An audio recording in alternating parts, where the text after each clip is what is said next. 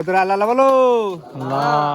আসসালামাইকুম। নোয়াখালীর মধ্যে আপনারা সুন্দর চাকের মধ্যে খুঁজে নেন, আর কোনো টেনশন নাই। এখন ধরে আপনারা নোয়াখালীর প্রতিষ্ঠান দোয়ান করে আইছেন, আমরা নোয়াখালী হলো আর কি, বুঝছেন?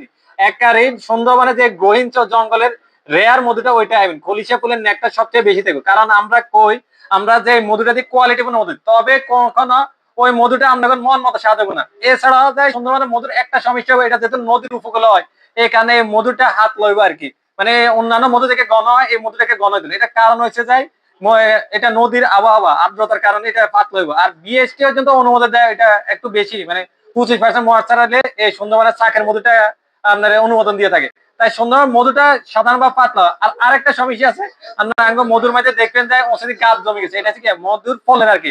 এটা যখন চাক গুলো কাটা হয় তখন এই মধুর ফলেনটা চাকের সাথে মিশে মধুর সাথে চলে আসে, তাই ওই মধুগুলোর মধ্যে একটু উপরে ফলেন চলে আসবে। এই দুইটা সমস্যা থাকবে, কিন্তু এই মধুটা সবচেয়ে ওষুধ সম্পূর্ণ। কারণ এটা অর্গানিক মধু বলা যায়, কারণ এখানে যেহেতু কোনো বিষ অথবা কোনোবার কেমিক্যাল কোনো কিছু ইউজ করা হয় না। তাই যাদের লাগবে আমাদের সাথে যোগাযোগ করেন, ইনশাল্লাহ ভালো মানের আপনার সুন্দরবনের খাঁটি মধু পাবেন। আর আমাদের দোকানের ঠিকানা কোন জায়গায়? নোয়াখালী সুপার মার্কেট আছে না, সুপার মার্কেট অপোজিটে আমানি হোটেল।